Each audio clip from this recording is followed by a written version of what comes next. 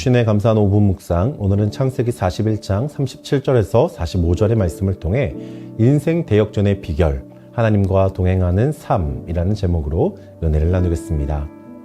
내용 관찰 첫 번째 질문입니다. 바로와 그의 신하들은 요셉을 어떻게 평가합니까? 바로와 그의 신하들은 요셉을 보며 하나님의 영에 감동된 사람이라고 고백합니다. 바로는 애굽의 모든 지혜자들 가운데 요셉과 같은 사람을 찾을 수 없음을 인정하며 그에게 하나님의 지혜와 명철이 있다는 사실을 아주 높이 평가합니다.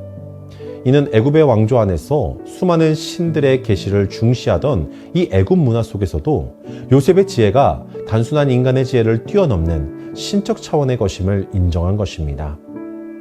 두 번째 질문입니다. 바로는 요셉을 총리로 세우며 어떻게 대우합니까? 오늘 본문 42절 말씀을 보게 되면 바로는 요셉을 애굽 전역의 총리로 임명하며 자신의 인장 반지를 빼어 그 손에 끼워주고 세마포 옷을 입히고 금 사슬을 목에 걸어줍니다.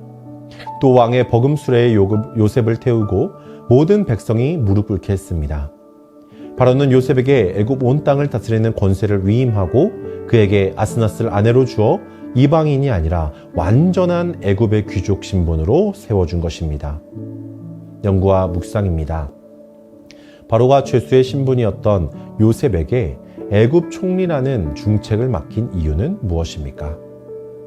요셉은 본래 외국인 포로이자 죄수였기 때문에 총리직을 맡는 것은 당시 사회적, 정치적 관례로 볼 때 절대로 불가능한 일이었습니다. 그러나 바로가 요셉을 총리로 세운 이유는 그의 탁월한 지혜 때문만이 아니라 하나님께서 함께 하신다는 증거를 요셉을 통해 보았기 때문입니다. 신학적으로 이는 하나님의 섭리의 중요한 사례라 할 수 있습니다. 하나님의 섭리는 우연한 사건이나 인간의 능력이 아닌 하나님의 주권적 인도하심에 의해 역사가 진행된다는 교리입니다. 요셉의 경우 억울하게 팔려간 노예 신분과 옥살이라는 고난이 결국 애굽의 총리라는 자리로 연결된 것이 전적으로 하나님의 섭리와 함께 하심의 열매인 것을 우리는 알 수 있습니다. 따라서 바로가 요셉을 총리로 세운 사건은 정치적 판단을 넘어 하나님께서 세우신 자를 높이시는 하나님의 역사를 보여주는 내용인 것이죠. 인간의 뇌는 절대로 불가능한 그 상황 가운데서도 하나님께서 역사하시면 인생의 대역전이 가능한 줄로 믿으시기 바랍니다. 느낀 점입니다. 오늘 어떠한 상황에서도 하나님과 동행했던 요셉이 높임받으며 죄수에서 총리가 되는 대역전이 일어나는 모습에서 무엇을 느낍니까?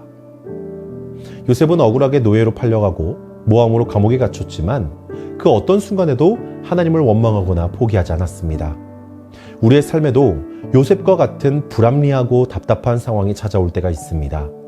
노력해도 결과가 보이지 않고 오히려 억울한 일로 낮아지는 순간이 있습니다.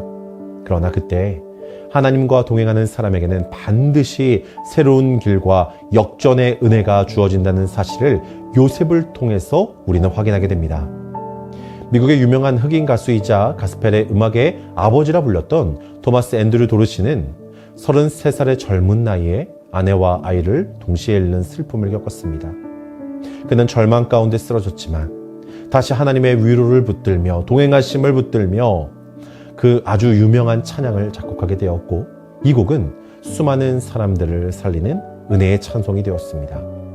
이 찬양은 우리가 잘 아는 주님여 이 손을 꼭 잡고 가소서 약하고 피곤한 이 몸을 폭풍의 흑암 속 해치사 빛으로 손잡고 날 인도하소서. 인생의 가장 깊은 절망에서 하나님을 붙들자 하나님은 그의 삶을 새로운 방식으로 역전시키신 것입니다. 요셉처럼 토마스 도르시처럼 우리의 인생의 골짜기에서 하나님과 동행할 때에 반드시 놀라운 반전의 은혜를 경험하게 됩니다.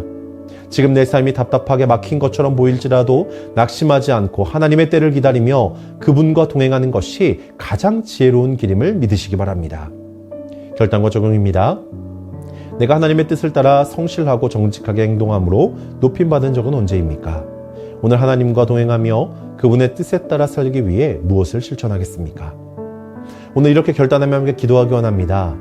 내 인생이 어둠 가운데 있을지라도 하나님을 의지하고 믿고 나아갈 때에 역전시키시는 하나님을 소망합니다.